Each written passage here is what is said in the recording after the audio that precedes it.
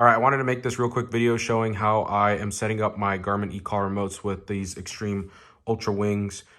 These, in my opinion, is the best setup for the Garmin ECOLLAR, along with the Mini Educator or the Dogtra if you're using any of those three. So I'm going to open these up real quick and kind of show you guys what it looks like.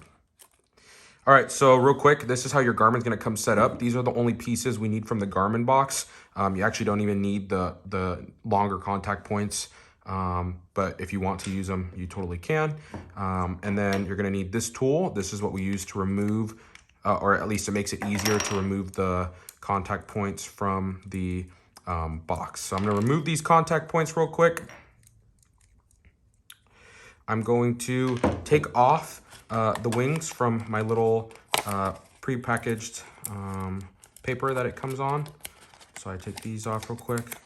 And what I'm gonna do, please keep in mind that you do not need the little bolts, or the little nuts, that come with the ECOLLAR, with the extremely long Ultra wings.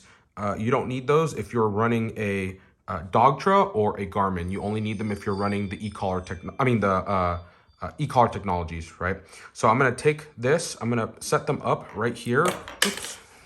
I'm gonna set them up right here on my Garmin ECOLLAR, and I'm going to take the contact points and I'm gonna use these to screw in the Extreme Ultra Wings. I just call them the wings, honestly. So I go ahead, I screw these in lightly, and then I'm gonna finish them off with the tool. So I'm gonna take the tool, and I want you guys to tighten them, but don't tighten them to the point where you're stripping it. It's really easy to strip, and you wanna make sure that you aren't stripping them. So I tighten them to the point where it's nice and snug.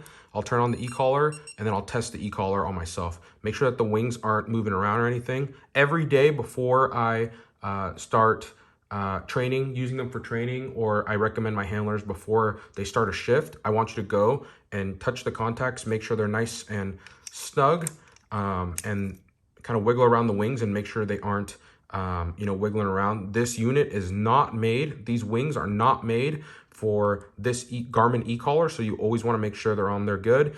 And at some point, you're going to probably have to replace either the wings or the contact points, so it's important that you keep these extra little ones just in case.